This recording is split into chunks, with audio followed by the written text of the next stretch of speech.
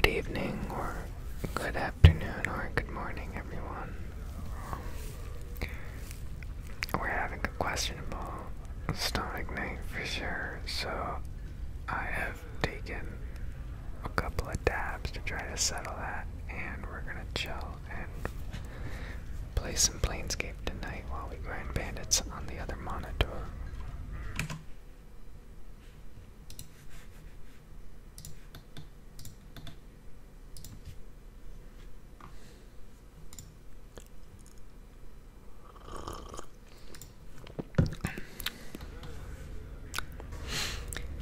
Okay, so we find ourselves at the Smoldering Corpse Bar, where we're going to meet two of the tormented ones that are kind of connected to us. Throughout the course of our life as the protagonist, not just our life, but our many lives, our identity as, a tormented and tormentor of the planes. One of these characters is Ignus, who is definitely eternally ablaze because of actions directly influenced by our character in a previous incarnation. And the other character we'll meet is Dak'kon. They serve Zerthamon, and they are upholders of the plane of limbo, in which they try to uphold a sort of order in a literal sense. So the first person we will interact with is Drusilla, who is Ignus's wife. She has bruises on her face, despairing, sunken eyes. You get the picture. She seems to know me, which is not a shocker. I'm looking for a collector by the name of Pharod. The Collector King. You can probably find him in his sinking ilk in the trash moorings on the far left side of the hive. Good luck in getting any answers from him. He's a sly devil. And I'm starting to get that impression. I'm starting to get the impression that looking for him is quite a shame, because it doesn't sound like I should be. It does not sound like he wants to be pursued. What can you tell me about this place? The Smoldering Corpse. The Smoldering Corpse is her husband, Ignus. He's just keeping himself alive until something comes along to help him out. So yep, he is absolutely stuck in an eternal torment in a much more physical sense then. The other characters that we meet, we learn that specifically what happened is he was trying to tap into the primary elemental plane of fire, and this was the outcome, right? You dabble with quite monstrous elements of nature, and you might get dealt a fatal blow. And in a world where death is much more abstract, is this not fatality, his fate?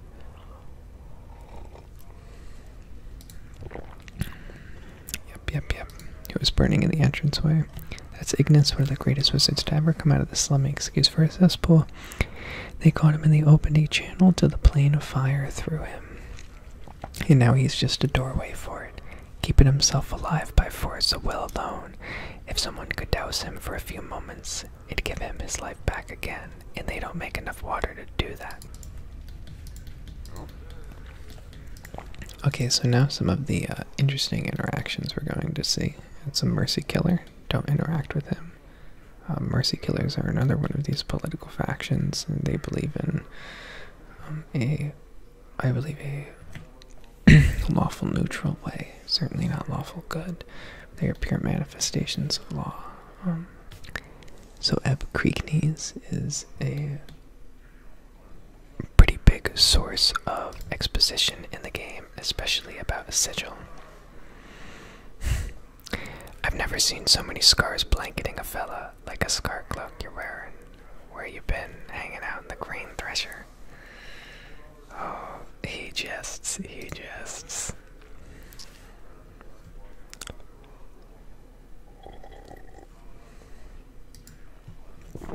Great, he's gonna buy me some tankards. I could use a drink. I have some questions. Who are you? Okay, I'm not sure I would have asked that first, but fair enough. Third measure of harmonium, now retired. Okay.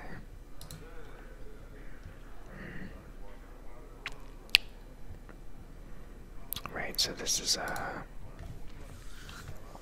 part of the Three Planes War. He will go on to explain, yep. And the Blood War, which is sort of an everlasting battle in amongst the lower and upper planes. Although most of the battleground is the lower planes, which are kind of ravaged.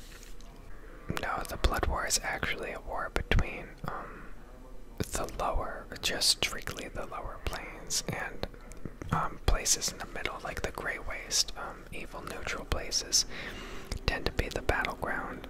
So it is a chaotic evil versus lawful evil war. And in the game, you will see that the upper planes have various political stakes in this war, for business, for ideology, very similar to certain ways. Not that our life operates per se, or our world operates, but maybe how we simplify some of these elements of our nature and our condition. What is this place? Tell me about the patrons. I get this area, that's Dak'kon's raised. Mind you, they're berry cutters.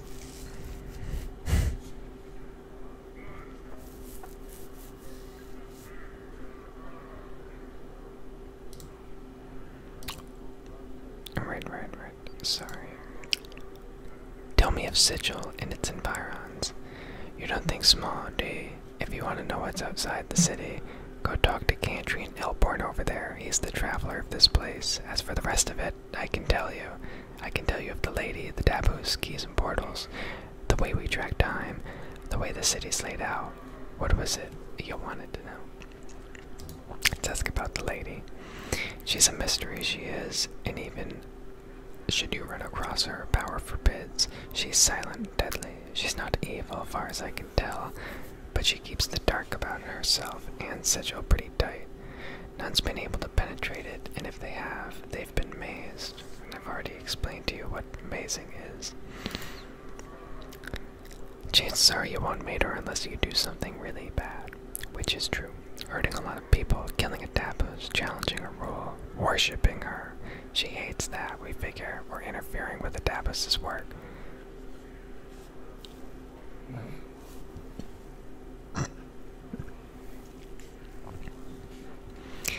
Okay, so it appears the Mercy Killers are, oh, no, I see what he's saying. That the Mercy Killers will track you down as a murderer. They're not executing any orders of hers. The lady can do almost anything in Sigil. Make it bigger, smaller, make new portals, seal off old ones, make sure the Blood War doesn't break out in the streets, keep folks from teleporting into the city, keeping the powers out. Who are the powers? It's another way of saying gods. There's a great horde of them across the plains. They can't come to Sigil, though. The lady has a way of keeping them out that she hasn't spilled the chant to yet. Be that as it may, it's kept Sigil from being seized by outside interests. So as I've explained, Sigil is smack in the center of the outer planes. It is a place of true neutrality in the Forgotten Realms multiverse. And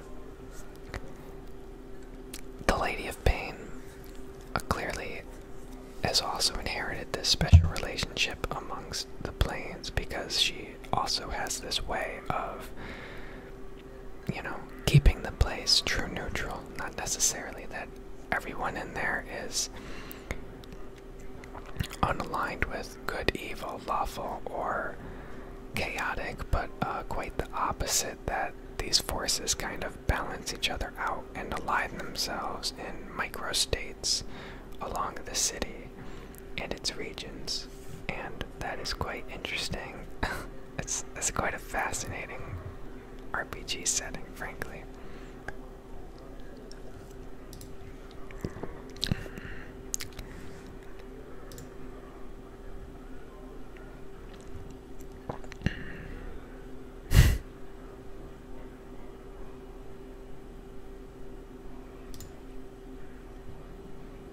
Tell me of the city's layout. The city floats above an infinitely tall spire, the spire. It lies on its side like a discarded wagon wheel, but there's no spokes that connect it to the spire. It's divided into 6 wards, each of them with its own function. Right now, you're in the Hive. I think the purpose of the Hive is to be squalor to the rest of the city's grandeur. He laughs. Factions, philosophical clubs, or gangs, if you prefer, divide up the running of the city in between.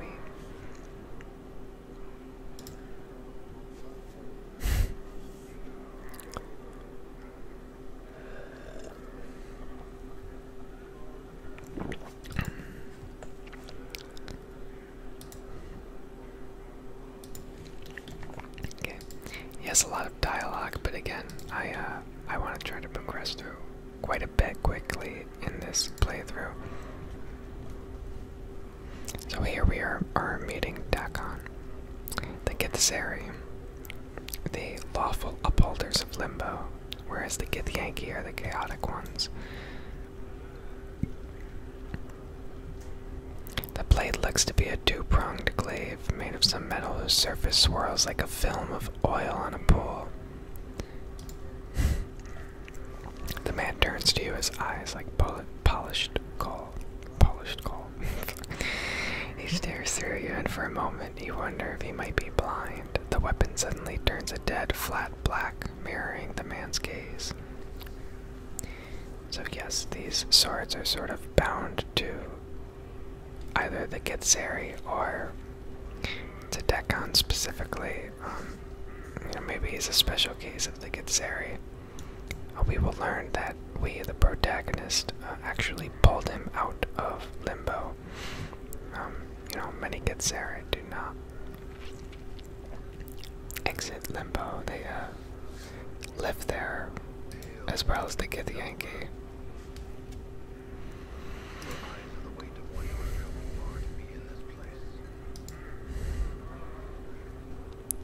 I am known as Dak'kon. You are not known to me. I do not know myself. That is for the best.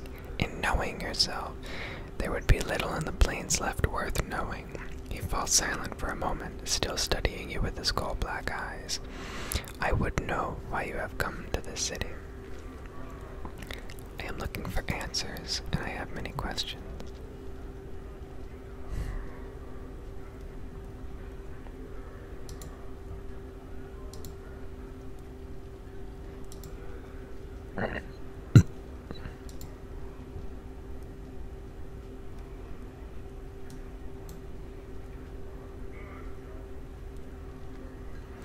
We would bleed to death on Time's blade before I recited a fraction of the histories of our people. I don't need to know your histories, but I would know of your people as they are now. Know this and accept it as an answer. We are the people who make our home upon the shifting plains of Limbo. There we mold the matter of Limbo with our minds. We forge cities with our thoughts.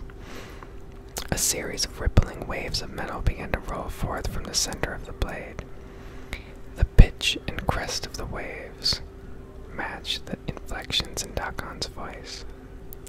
In its chaos we dwell, with only our knowing to preserve us. We are the Githzeri. What is a Karok blade? It is an object that lets others know the ranks of the wielder. Karach, what does that mean? In your tongue, the closest translation is chaos matter. What rank does the blade signify? The blade is a symbol carried by the Zerth. A Zerth is one who knows the words of Zerthamon. In knowing the words of Zerthamon, they know themselves. It will explain to us that Zerthamon is a god that founded their race. You place a special emphasis on knowing. What do you mean? All things, whether structure or flesh, their existence is defined by their knowing of themselves. And if a man does not know himself, when a mind does not know itself, it is flawed. When a mind is flawed, the man is flawed. When a man is flawed, that which he touches is flawed. It is said that what a flawed man sees, his hands make broken.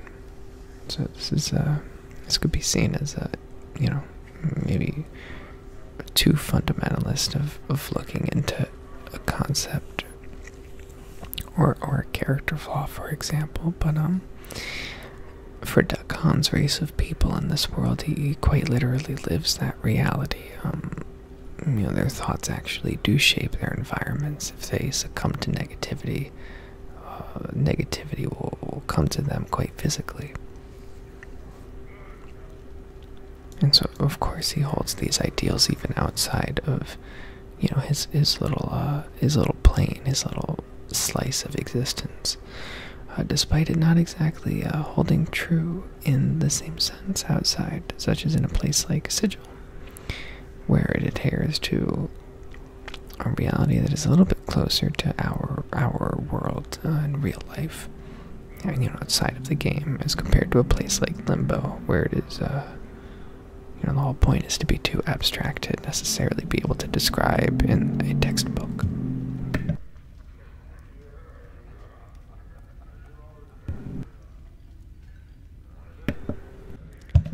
Do you know yourself?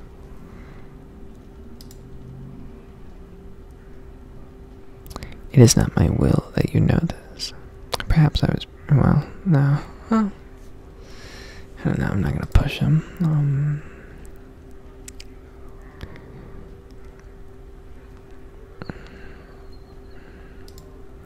You know what? Let us push him, actually. That is not known to me on the note of Pharod. Okay. It has come to pass that I do not know myself, he admits. Why? I do not know why. I know it has happened, but I know not the how, nor the when, nor how to know myself once more.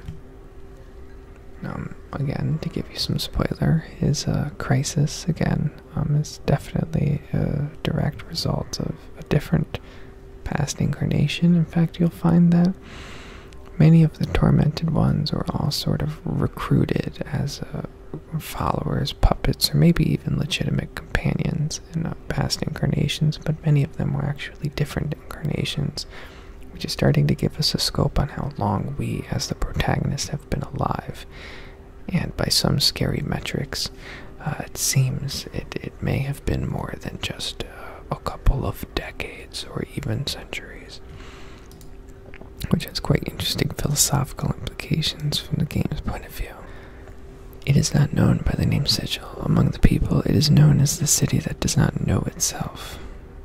How does the city not know itself? The city exists, but it does not know itself, and in not knowing itself, its existence is flawed. And you speak as if the city is alive. It may not be aware and know itself in the sense that you or I might know ourselves, but it lives. It grows, changes, and touches the minds of all that live here. Why do you say that the city does not know itself? The city exists in opposition to itself. It has set itself apart from the planes, yet it seeks to be everywhere at once. Its walls are doors, yet it keeps these doors locked. Such an existence tells of a thing that does not know itself. Not knowing itself is flawed. And I believe that we as the protagonist, if we're intelligent enough and wise enough, which we are, in this playthrough, of course, we are going to actually argue with him that maybe the city is not flawed, but it is his line of thinking. Possibly that is flawed. Maybe he's trying to ascribe too much order to something that is inherently quite chaotic. What if the city is not flawed and you just do not know the reason for its contradictions? There is order in everything. Perhaps there is an underlying pattern that you cannot perceive. To your question, a question. What if the city is flawed and you see its contradictions all around you? To your question, a question. You claim that this city's existence is flawed. You have accepted this rather than explore the possibility that something greater may exist. That suggests you are flawed, and that you do not search for knowledge, but only a convenient answer. So again, we are sort of matching his style of debate, right, which is very mechanical, very orderly, and we are presenting a cogent point to ultimately get him to admit to us that he's wrong. But it's interesting because after you finish the game and coming back to this, you kind of get the impression that your protagonist is only good at this because he has done this before. And in fact, even right now, one might argue that we are actually manipulating Dak'kon into joining our party, which is absolutely true, regardless of how we choose to treat them henceforth as we discover this as we go on is totally up to the player.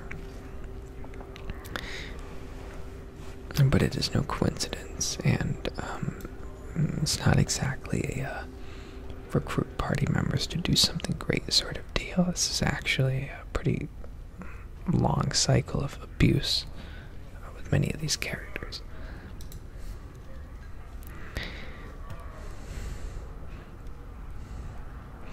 Yet I would maintain that we know ourselves by the questions we ask and the ones we do not. If we cease asking questions and accept only what we can perceive, then we will cease to know ourselves. Dak'kon's voice has changed slightly, becoming heavier.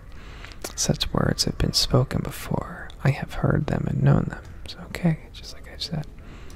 Where have you heard them? The words are mine. Once I knew them and knew their meaning, I have forgotten them until you spoke. I would travel your path with you. And so there it is. The cycle of abuse continues. In this game, it is given the name Torment, or the symbol of torment, but in reality it's much less about torment. It's actually much more about abuse and misdeeds and injustice than anything.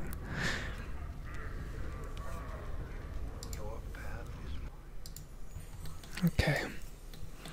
And Dak'kon has joined the party. Now, another interesting character to talk to is the barkeep. We will make quick. We realize here pretty quickly that he knows us, and he's not too happy with us. He tells us that we were in here about 15 years ago, getting smashed, and then I started destroying the place, and then I plucked out my own eyeball and told him to tell me that I'll be back, or, well, told him that I'll be back and to give me back the eyeball when I do return for about 200 coins altogether. With 15 years interest, he tells me I have about 500 coins that I owe him. Okay, I don't have that much, and I'm not going to be able to bargain down because this is a cold world, and I fucked up his bar. He doesn't really have any sympathy for me. Okay, like I said, we don't want to mess with the mercy killers or anything like that. We certainly don't want to mess with any of the fiends here. These are those are the demons of law. I also cannot think of their name off the top of my head. I actually ran a Planescape campaign. And so we will make our way to the west, as was suggested. There are, of course, a lot of side quests to do this early in the game. However, I am not too concerned with that at the moment. Okay, so out in the section that we've been told to head to, quite a muddy biome, we can run into a dustman named Yellowfingers. So a Weasley-looking fellow who is trying to take Mort here. This is not your skull. You calling me a liar? Eh? The skull's mine.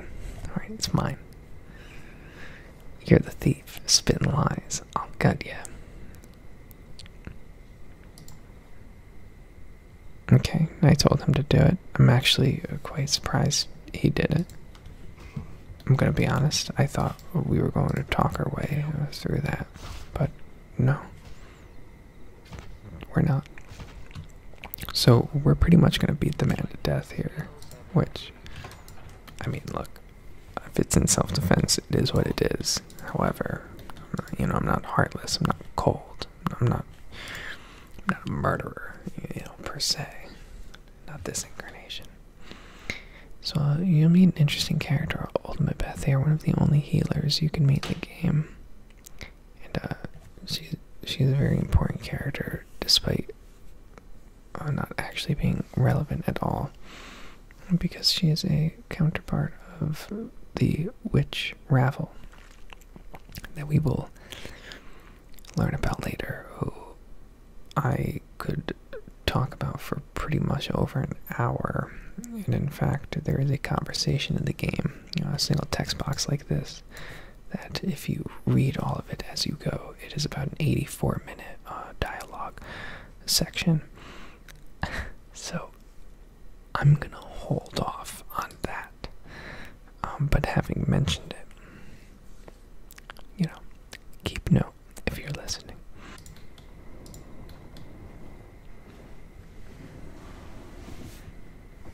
Okay, so the reason I picked up the junk before is we will actually realize that the portal to the section we need to head to, a door, which actually only transports us a minimal distance away, is junk, which makes sense, right? Because Pharod is the trash collector. Okay, we actually don't want to engage these people if we could help it. I don't know about that, though.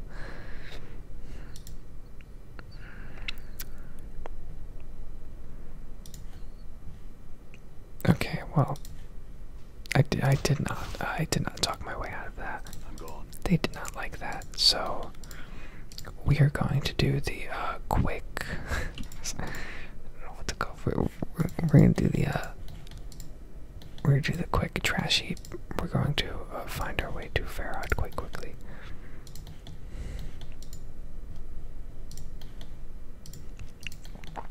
Yeah, we'll pretty much just let ourselves in here, if you don't mind. My name is Adon. I have no name. You just come back from stick swimming. Actually, I did.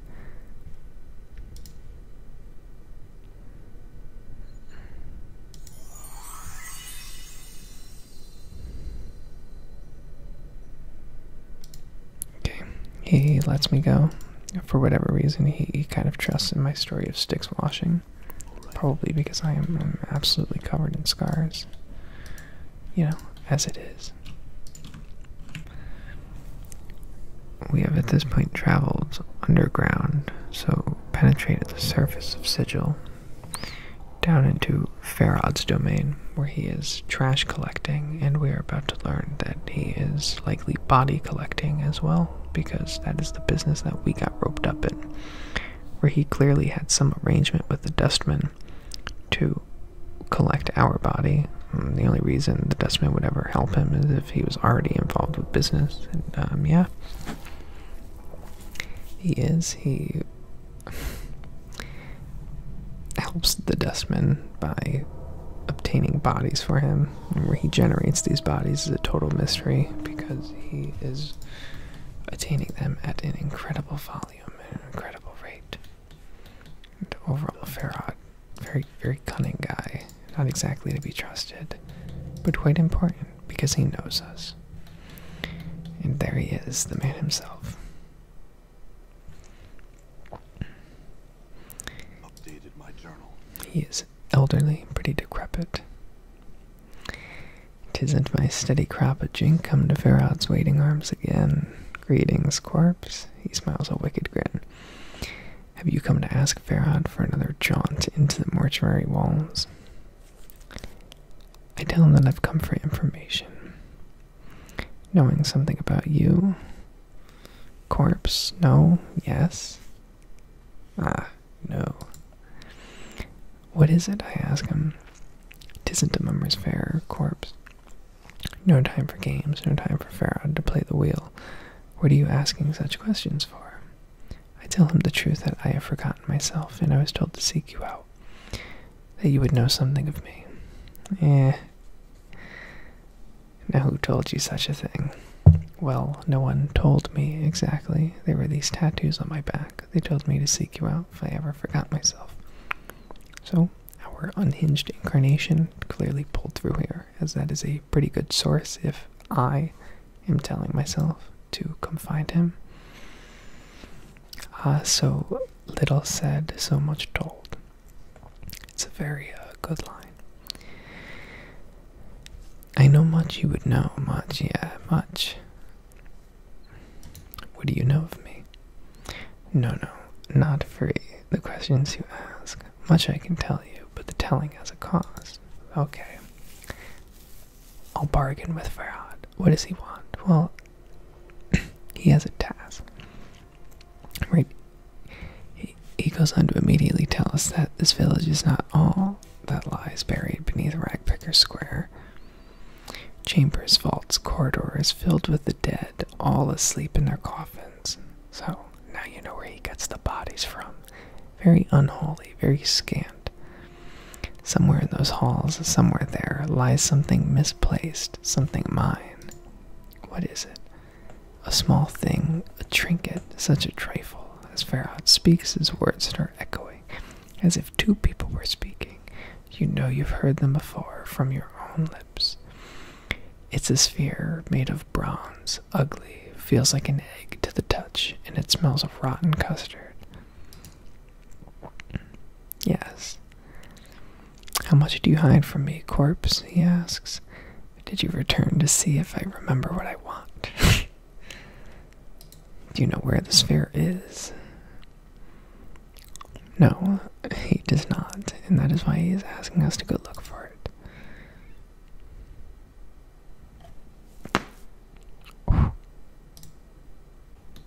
Okay.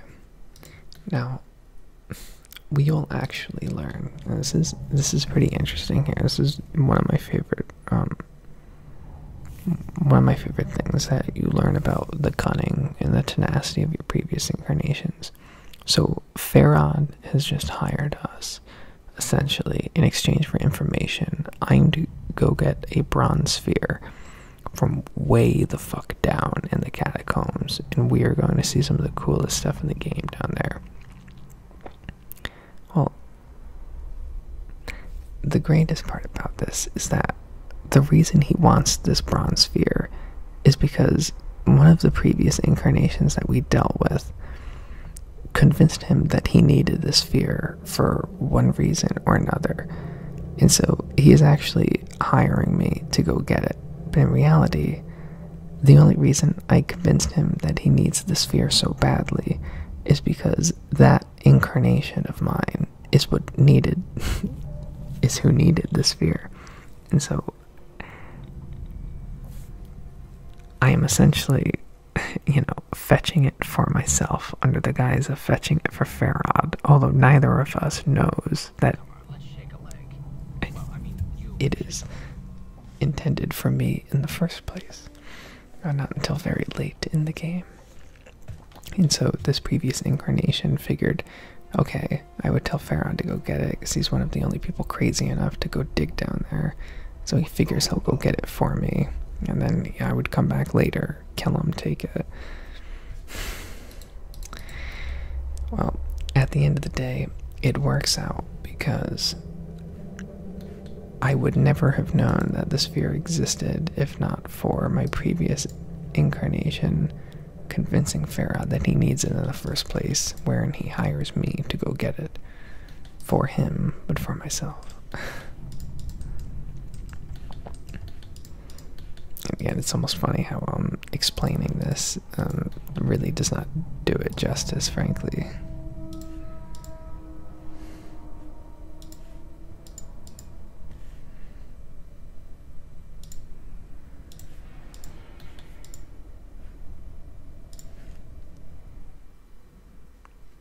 Okay. So here we are at the entrance to the catacombs.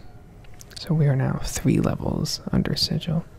So we were on the surface, then we went underground, then we went further underground into Pharod's domain, and now we are here, even lower. And we will continue to descend into the catacombs of death in what seems to be a kind of purgatory in the multiverse. So there's all kinds of goodies down here. Now I'm going to see what kind of footage I have to work with, and I'll hopefully be able to get something edited pretty short. I mean, pretty concise. Something with some good flash about the game. I don't know. So yeah.